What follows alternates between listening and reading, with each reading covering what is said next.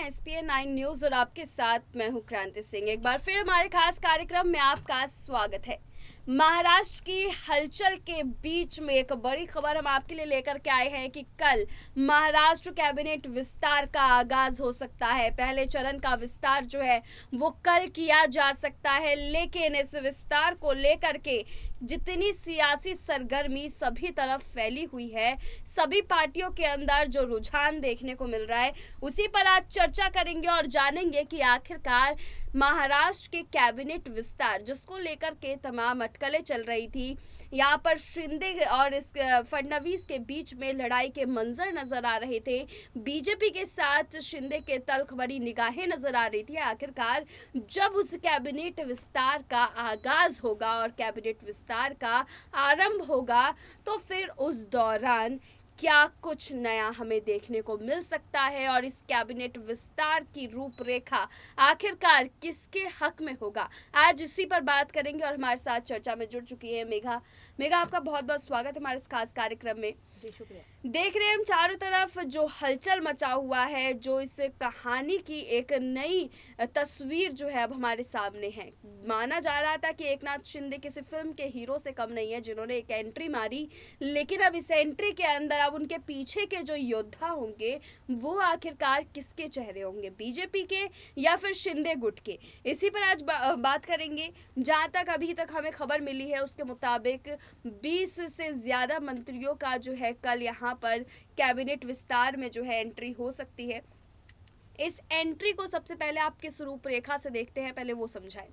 जी बिल्कुल, देखिए जिस तरह से यहाँ पर कैबिनेट विस्तार को लेकर सबसे पहले तो कई दिनों से चर्चा चल रही थी, आज होगा कल होगा, इस तरह से लोग इंतजार ही कर रहे थे।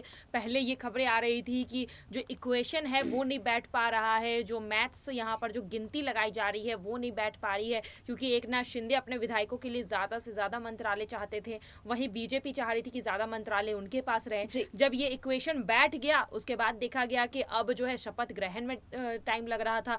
यहाँ पर दोनों खेमे राजी हो गए थे तो अब शपथ नहीं लिया जा रहा था। पहले 5 तारीख की डेट दी जाती है, उसके बाद अब कल की डेट दी गई है। लेकिन अभी अगर देखा जाए तो कहीं ना कहीं खेमा यहाँ पर एकनाथ शिंदे का भारी लग रहा है। यहाँ पर देखा जा रहा है कि 20 से ज्यादा जो विधायक है उसमें से कम 10 मंत्री जो है, मंत्रालय जो है वो एकनाथ शिंदे के खेमे में आया है। मतलब कैबिनेट विस्तार में अब 10 लोगों को एकनाथ शिंदे गुट की तरफ से जगह मिलेगी, जो कि एक बहुत बड़ी बात है, क्योंकि बीजेपी की नीति सभी को पता है। बीजेपी जहां गठबंधन की सरकार बनाती है वहां चाहती कि ज्यादा दबदबा जो है उनका रहे, और इस वजह से जो मंत्रिमंडल का विस्तार भी होता है वहां पर बीजेपी अपने कैंडिडेट्स को ज्यादा भरती है।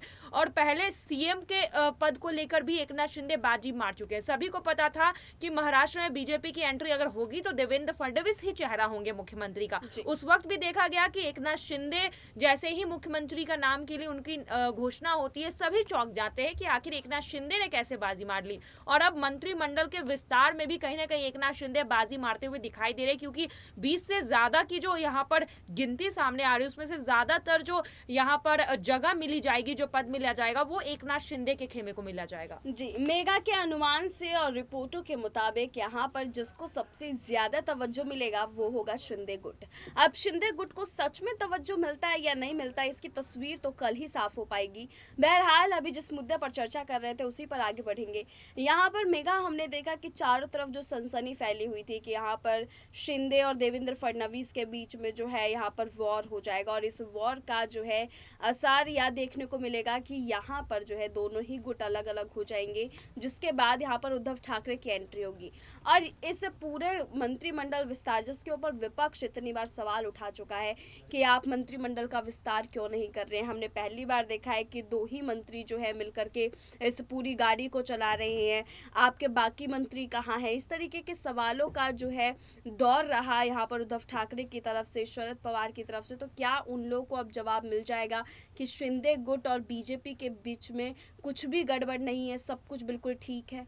जी बिल्कुल, देखिए यहाँ पर विपक्ष शुरुआती दौर से जब एकनाथ शिंदे ने बीजेपी से हाथ मिलाया था, उस वक्त से विपक्ष यही दावा कर रही है कि ये सरकार ज़्यादा दिन तक नहीं चलेगी, ये गठबंधन तुरंत टूट जाएगी, 6 महीने के अंदर फिर सरकार गिर जाएगी। लेकिन अभी तक इन सारे दावों को कहीं ना कहीं झूठा बताते हुए नजर आ रहे हैं और साबित करते हुए नजर आ रहे हैं एकनाथ शिंदे और साथ ही यहाँ पर बीजेपी। देखा जा रहा है कि जितने भी अनुमान यहाँ पर विपक्ष ने लगाए हैं अभी तक, वो सब कहीं ना कहीं गलत साबित हुए। पहले जो सरकार गिर जाएगी वो गलत साबित हुआ। फिर यहाँ पर पहले संजय राउत भी ये कहते थे कि एकनाथ शिंदे को बस मोहरा बनाकर रख दिया जाएगा पार्टी में किसी कोने में। आज देखिए उन्हें सीएम पद सौंप दिया गया। उसके बाद फिर यहाँ पर विपक्ष कहती है कि यहाँ पर कैबिनेट विस्तार में तो एकनाथ शिंदे गुट के विधायकों को जगह ही नहीं मिलेगी। उसका नतीजा क्या होगा कि एकनाथ शिंदे के साथ जो 40 विधायक आज गए हैं वो वापसी कर लेंगे शिवसेना में। लेकिन आज कहीं ना कहीं वो भी होता हुआ दिखाई नहीं दे रहा है।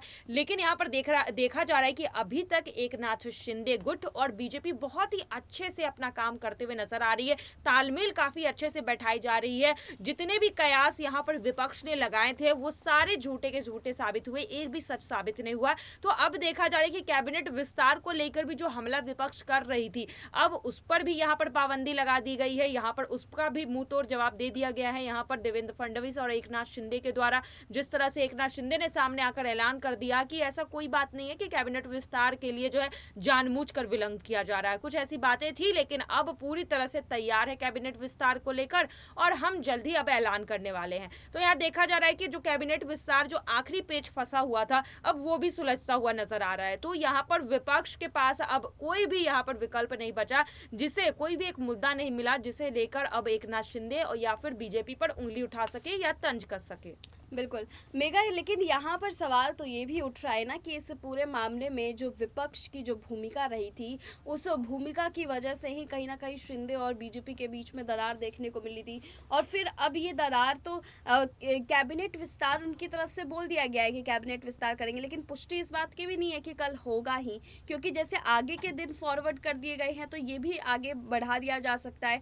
लेकिन सवाल ये है कि जब इन तमाम मुद्दों के बाद में आखिरकार कैबिनेट का विस्तार हो रहा है, तो यहाँ पर शिंदे गुट को ज्यादा तवज्जो मिलने की जो कयास लगाए जा रहे हैं, उससे बीजेपी को कितना नुकसान होगा?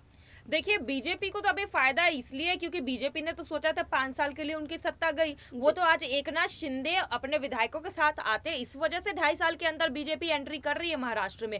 नहीं तो बीजेपी ने तो ये सोच लिया था कि अगले 5 साल तक महाराष्ट्र की राजनीति में उनकी कोई भी भूमिका नहीं है, विपक्ष में आराम से बैठे थे।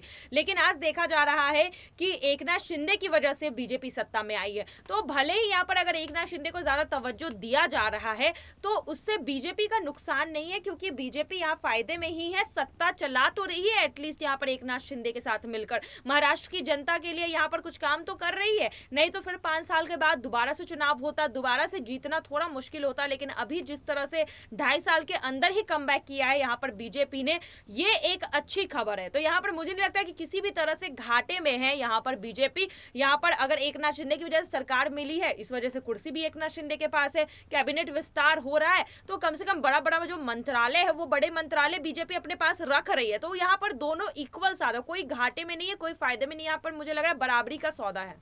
बिल्कुल, यहाँ पर बराबरी का सौदा जो है वो देखने को मिल रहा है। आप लोगों को क्या लगता है हमारी इस पूरे खास प्रोग्राम को देखने के बाद, क्या यहाँ पर मंत्रिमंडल का जो विस्तार रहा है, उस विस्तार के बाद में बीजेपी की जो नीयत रही थी, क्या अब वो एग्जीक्यूट कर पाए हैं? क्या यहाँ पर शिंदे उनकी उम्मीदों पर खड़े उतर पाए, या फिर शिंदे ने अपनी ही चाबी घुमा दी है बीजेपी की तरफ और बीजेपी एक कठपुतली की तरह बन करके रह गई? आप लोग अपने तर्क देना बिल्कुल भी ना भूलें। और क्या शिंदे जो है इस पूरे महाराष्ट्र की राजनीति का अब जो सत्ता है वो अपने हाथ से नहीं जाने देंगे? इसके लिए जो वो नीति बना रहे हैं, जो कैबिनेट विस्तार जो वो करने वाले हैं, उसको आप कितना बड़ा भूचाल मानते हैं महाराष्ट्र की सियासत में? हमें कमेंट करके जरूर बताइएगा। फिलहाल हमारे इस खास प्रोग्राम में बस इतना ही। देश दुनिया की तमाम बड़ी खबरों के लिए देखते रहिए SPN 9 न्यूज।